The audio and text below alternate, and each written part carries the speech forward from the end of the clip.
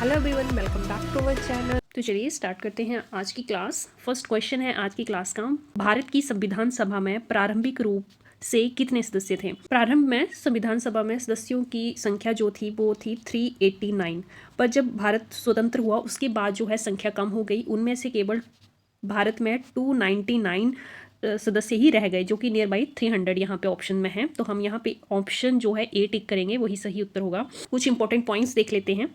संविधान सभा के प्रथम अध्यक्ष कौन थे? डॉक्टर राजेंद्र प्रसाद। संविधान सभा में 70 सदस्य मनोनीत थे और उनमें से 15 सदस्य जो थे वो महिलाएं थीं। तो ये भी कुछ पॉइंट है इंपॉर्टेंट, इनसे रिलेटेड क्वेश्चन पूछा जा सकता है। अगला क्वेश्चन देखते हैं।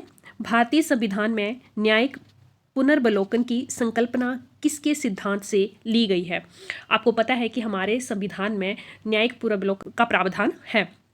तो ये जो है संविधान में कहाँ से, किस देश से लिया गया है, ये आपसे प्रश्न पूछा गया है। तो ये लिया गया है यूएसए से। न्यायिक पुनरावलोकन है ये शक्तियाँ किसके पास होती हैं? तो ये शक्तियाँ केवल सुप्रीम कोर्ट और हाई कोर्ट के पास होती हैं। हमारा जो उच्चतम न्यायालय है और उच्च न्यायालय है, इनके पास ये शक्तियाँ होती हैं। अब बात कर लेते हैं किस अनुच्छेद के अंदर जो है सुप्रीम कोर्ट के पास ये शक्तियाँ आती हैं। तो आर्टिकल 32 और 136, कुछ ये पॉइंट आपने ध्यान रखने हैं। हाई कोर्ट के पास ये शक्तियाँ आती हैं आर्टिकल 226 और 227 के अंडर। आगे बात कर लेते हैं अदर ऑप्शंस की।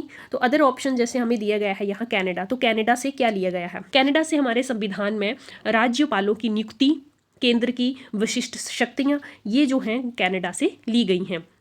देन यूके से हमारा जो संविधान है यूके से बहुत ही प्रभावित है।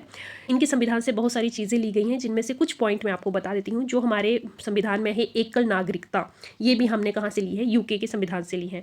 जो न्यायालय हैं उनके जो विशेष अधिकार होते हैं ये भी यूके से लिए गए हैं। ऑस्ट्रेलिया से हमारे संविधान में क्या लिया गया है? तो शक्तियों का जो विभाजन है, जैसे राज्य सरकार और केंद्र सरकार की शक्तियों का विभाजन, उनके बीच का तालमेल, ये सभी हमने ऑस्ट्रेलिया के संविधान से लिया है। चलिए तो नेक्स्ट क्वेश्चन की तरफ चलते हैं। भारत का संविधान भारत को कैसे वर्णित करता है? तो भारत का संविधान जो है भारत को एक राज्यों का संघ कहता है। तो बी ऑप्शन जो है इसमें सही आंसर होगा। अगला क्वेश्चन देखते हैं। निम्न में से कौन सा एक मानवाधिकार के साथ भारत संविधान के अधिक मौलिक अधिकार भी है? तो जो हमारी शिक्षा का अधिकार है ये एक मानव अधिकार भी है और मौलिक अधिकार भी है। हमारे संविधान में मौलिक अधिकार जो है वो 6 हैं, पर मानव अधिकार अलग हैं। इनकी टिप्पणी जो है वो अलग है। 6 हमारे मौलिक अधिकार हैं और उनमें से शिक्षा का अधिकार आता है, और शिक्षा का अधिकार जो है मानव अधिकार में भी आता है। तो डी ऑप्शन जो है वो सही आंसर है। अगला देखिए क्वेश्चन। भारत के राष्ट्रपति के रूप में चुनाव के योग्य होने के लिए व्यक्ति डैश की आयु पूर्ण किया हुआ होना चाहिए। तो राष्ट्रपति की नियुक्ति के लिए आपकी आयु कम से कम 35 वर्ष होनी चाहिए। आप 35 वर्ष या इससे अधिक की आयु में राष्ट्रपति के चुनाव के लिए खड़े हो सकते हैं। अब बात करते हैं कि राष्ट्रपति के चुनाव के लिए उच्चतम आयु क्या है। तो ये ध्यान रखनी है बात, इससे रिलेटेड क्वेश्चन पूछा जाता है कि उच्चतम आयु क्या है राष्ट्रपति के चुनाव के लिए। तो भारत में राष्ट्रपति के चुनाव के लिए उच्चतम आयु कोई भी नहीं है। 70 साल का, 60 साल का, 50 साल का व्यक्ति राष्ट्रपति बन सकता है। न्यूनतम आयु है, और न्यूनतम आयु है 35 वर्ष। कार्यकाल कितना होता है राष्ट्रपति का? तो 5 वर्ष का कार्यकाल जो है वो राष्ट्रपति का होता है।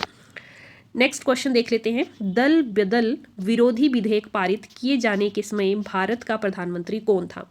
पहले बात कर लेते हैं दल बदल विरोधी विधेयक जो है ये कब पारित किया गया था? तो संसद में ये पारित किया गया था 1985 में।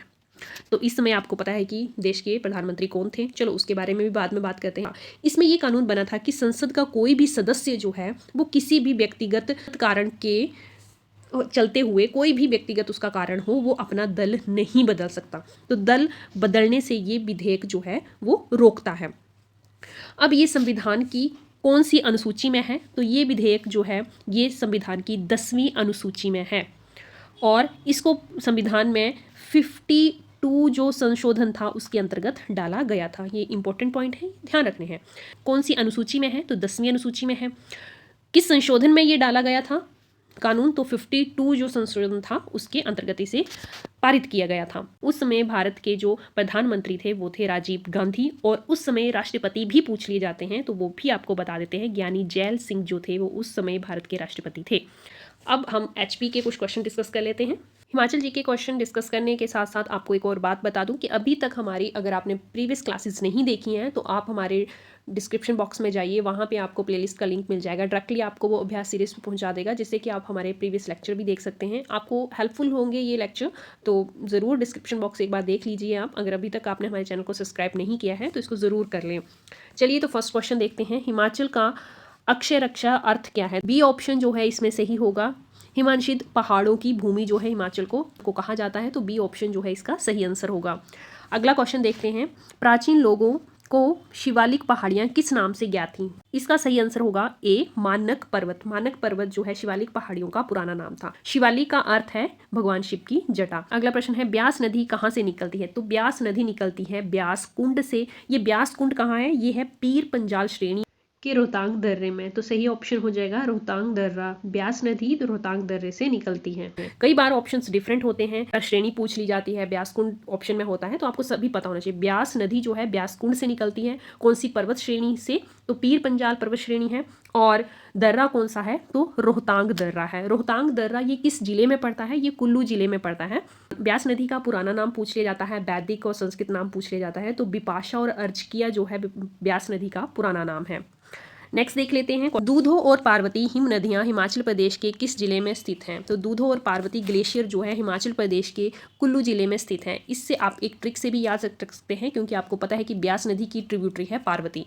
पार्वती नदी जो है ब्यास की ट्रिब्यूटरी है और ये पड़ती है कुल्लू डिस्ट्रिक्ट में। तो पार्वती ग्लेशियर जो है ये भी कुल्लू डिस्ट्रिक्ट में ही पड़ेगा। इससे आप थोड़ा रिलेट करके याद कर सकते हैं। अगला प्रश्न देखते हैं। चोबिया दर्रा किसकी सीमा पर स्थित है? चोबिया जो है दर्रा किन दो जिलों को जोड़ता है? तो ये चंबा और लाहौल जिले को जोड़ता है। ए ऑप्शन जो है इसमें सही आंसर हो जाएगा।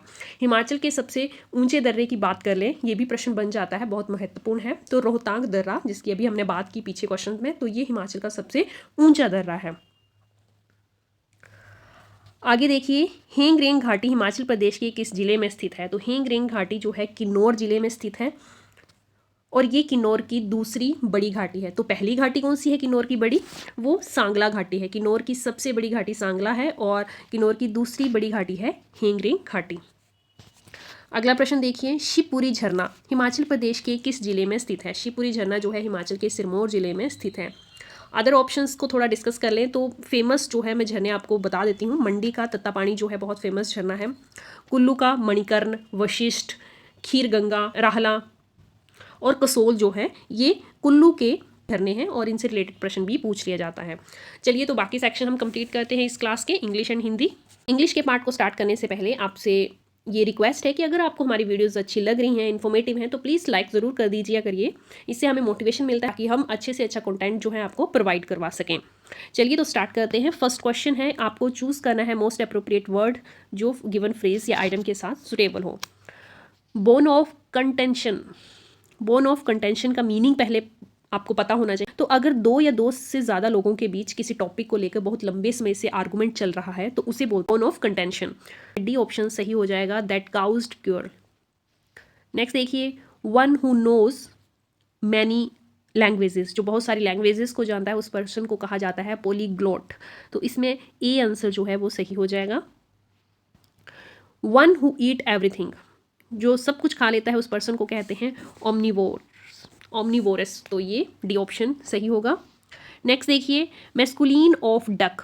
मैस्कुलिन वर्ड रेफर करता है मेल पीपल को, मेल पीपल या एनिमल। मेल आपको बताना है डक का, तो इसका सही आंसर हो जाएगा ड्रैक। डी ऑप्शन जो है वो सही। नेक्स्ट है मैस्कुलिन ऑफ गूज। गूज का मेल पार्ट होता है गेंडर। ए ऑप्शन सही है इसमें।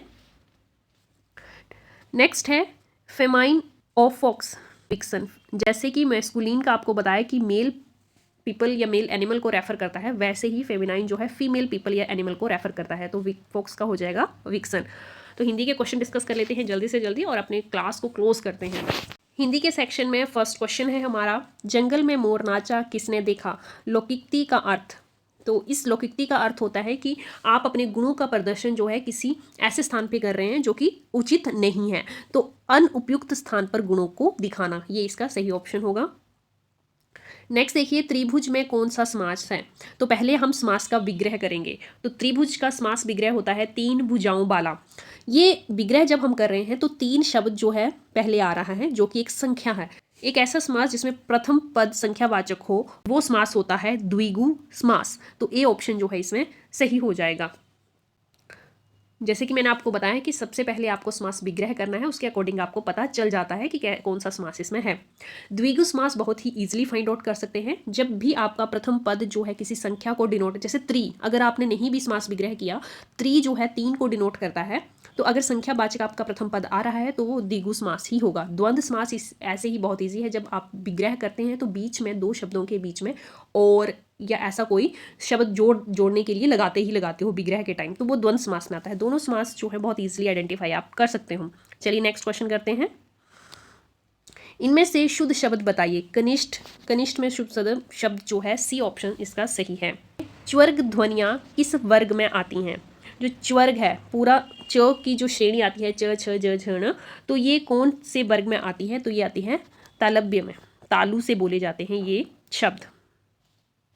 नेक्स्ट, श्री गणेश का विलोम नहीं है। श्री गणेश का विलोम नहीं होना चाहिए, मतलब वो समानार्थी शब्द होना चाहिए। तो अंत देखिए इसका विपरीत हो गया। श्री गणेश हम कब करते हैं? काम की शुरुआत करते हैं। अंत विलोम है। इति श्री भी विलोम है।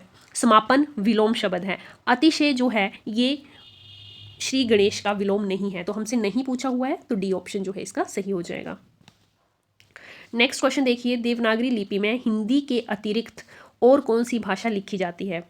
बहुत सारी भाषाएं हैं जिनमें कि लिपि जो है वो देवनागरी ही यूज़ की जाती है। 4 ऑप्शंस में से आपको चूज़ करना है। मराठी को भी लिखने के लिए देवनागरी लिपि का ही यूज़ किया जाता है। इसके अलावा जो है वो पंजाबी में आपको पता है कि कौन सी लिपि होती है, तो गुरमुखी लिपि होती है। वीडियो अगर आपको इन्फॉर्मेटिव लगी हो तो प्लीज़ लाइक शेयर जरूर कर दे और चैनल को सब्सक्राइब कर लिए, बेल आइकन को ऑन कर ले ताकि आपको नोटिफिकेशन मिल सके जब भी हम वीडियो अपलोड करें।